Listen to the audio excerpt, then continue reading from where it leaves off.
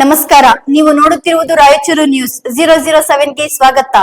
July 8ರಂದು ನಗರಕ್ಕೆ V Somanna ಆಗಮನ. Doctor Baburao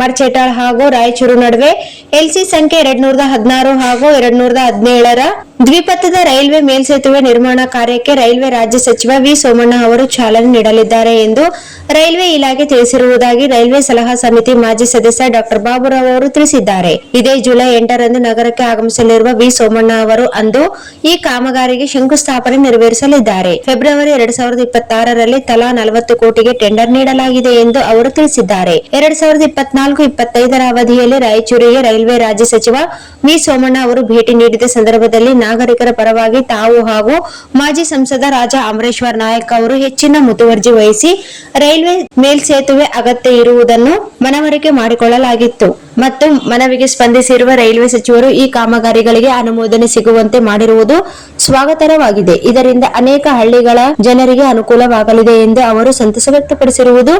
ಅವರು ಈ ಮೇಲ್ಸೇತುವೆ ನಿರ್ಮಿಸಲು ಬಹುದಿನಗಳ ಬೇಡಿಕೆ ಮತ್ತು ಇತ್ತು, ಈಗ ಈಡೇರಿದಂತಾಗಿದೆ ಎಂದು ಅವರು ಪತ್ರಿಕಾ ಹೇಳಿಕೆಯಲ್ಲಿ ತಿಳಿಸಿದ್ದಾರೆ.